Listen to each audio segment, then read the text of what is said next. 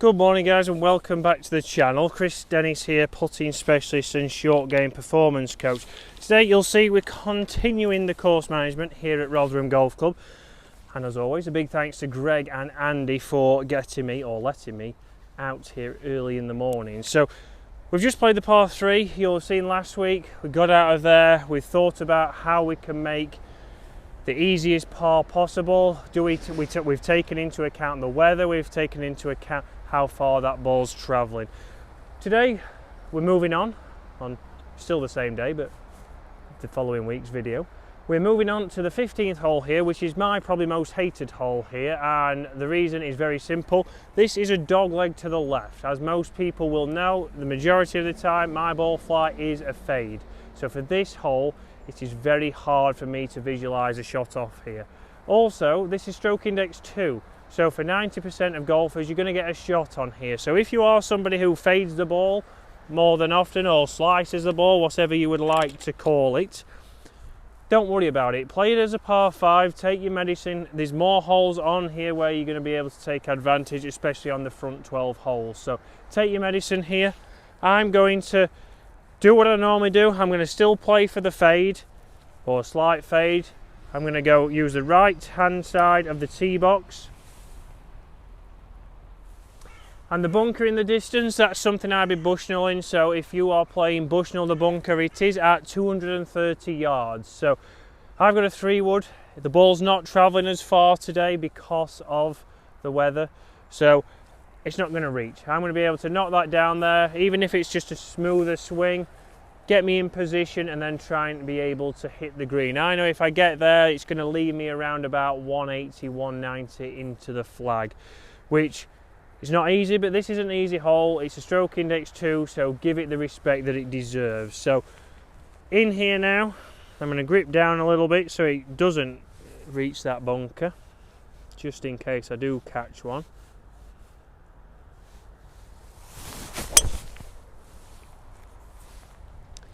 And I've hit that very good. Pretty good. I think it might have just ran out of the fairway. It was a little bit left of the bunker. It stayed exactly dead straight. Whenever you don't want it to, it did. So I'll put a shot tracer on that. So I might have a little bit less into it there, but I've really taken the time to just play my natural shot. Don't try and fight it. I get a lot of people on here try and play the miraculous draw. They've never hit a draw in their life, or they've hit it twice and they've been snap hooks. And they try and get on here and hit a towering high draw. Play for your shot. Play the simple percentage shot that you know you can perform, get down there and then just try and get out of this hole with the lowest score possible. So I believe we can just see it just left of the bunker, just there. So I've played the shot, it's come up a little bit left and that's given me a good angle. So again, as I'm walking around, that's the 17th hole there, so I can see that that's a front pin. So off the tee box, because it's a blind tee shot off 17 up there, I'm able to then get an idea of how far I want to leave myself in. I might not want to be too close going to that flag. So again, as you walk around guys, pay attention to where the flags are. Here I've left myself a good shot into the green, so let's just set the camera up. Left myself in the fairway, and one thing you see off the tee box I did there was I gripped down the club slightly. So gripping down the club, it's going to take a little bit of distance off, give you a little bit more feel. But I know here the fattest part, or the widest part, like I said a couple of videos ago, is further back. But if I'm in that part, I can't see the green and I can't reach the green. So there, by making sure I get as close to this bunker as possible, I'm able to then have a better angle into the green. So even a 5-wood might have left me or some of you behind the trees. I don't have a shot into the green. So making sure you're as close to this bunker is a good place to be. And I know it might be a little bit further right, but as long as we get past these trees so we can have a visual of the green, if we're playing for a 5, it's a lot easier. If I'm further back, I've got to play here and then still have a long shot into the green. So we're starting to make it very difficult. Another thing here in winter, it is luckily clean and place, so take advantage of that. So realistically, if you've got mud on your golf ball, if it's wet, that's going to make a big difference to how far your golf ball is going to go. So whilst we can, take advantage of that, clean it, dry it. Also the same with your golf club. If we're making sure that the golf club is dry, we're going to get a better, more consistent strike, a more consistent flight. So from there we can judge how far it's going to go. Again here, very similar to the par 3 last week, I've got 150 yards. I'm not sure if this pin's at the front or the back. So here at Rotherham, all the flags are white.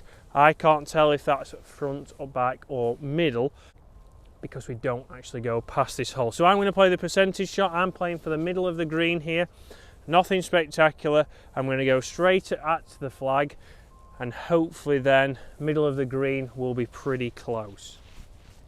So glove on, always a good start. Glove on, so I've got a dry golf ball, a dry club face, and I'm going to control this one in just like last week.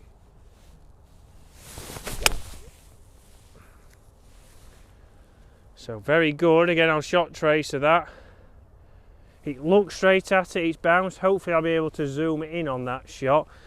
I'm not sure if I've got the ability to do that with editing, but hopefully that's close. But I've played for the middle of the green. I'm not trying anything fancy. Even if the flag was on the left or the right, I'll be playing for the same position because I don't know if that's front, middle or back. But now hopefully we've got a putt. So as we walk up, it looks close from this angle, but I'm sure, as we all know, we'll get up there and it'll be 5 or 6 feet. As predicted, as we all know as golfers, I've got up here and it's a little bit further away than I'd hoped, but a good shot in there. Again, a long par 4, so let's read this and let's see if we can get back to level after the bogey on the 13th. So far in November, I'm having a great run with the weather. So here I can see, luckily the ball's ran past the hole. I can see how that's slightly, my pitch mark is play for the middle of the green. Again, 150 in would normally be, probably in the summer, would be just a normal 9 iron. You can see that there I've controlled a 7 iron in because I've taken into account the conditions this morning. It is starting to warm up, but it's still cold. The ball's not travelling as far. So let's read this. I can see a little bit of feedback from it rolling past the hole. So I've got a little bit of left to right. So I'm going to aim this on the left edge. I don't think there's too much in it. And here with this weather and with the dew on the grass, it's all about pace. So take my time, couple of practice swings,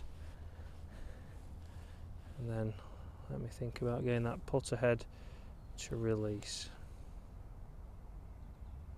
Oh. Well, I'm sure you as the fans are as depressed as I am with that putt. So great putt. Started where I wanted it to. It broke a little bit more than I wanted, and it was a horrible lip out. But there, I've made a very difficult hole here, and the hole that I hate the most at this golf club, into an easier one. I've gripped down a 3-wood. I've controlled that into the fairway. I've got it as close to the bunker, so I've got the best angle into the green. Again, for you, if you control a driver there, as long as we get past those trees, even if it goes further right, if you're a fader of the ball, you have a longer shot in, but you've got a better visual of the hole. You can play up to the green and get on. And remember, stroke index 2, it's a hole that 90% of you are going to get shots, so plot your way around, play for your 5, get out of here. There's other holes coming in that are a little bit easier.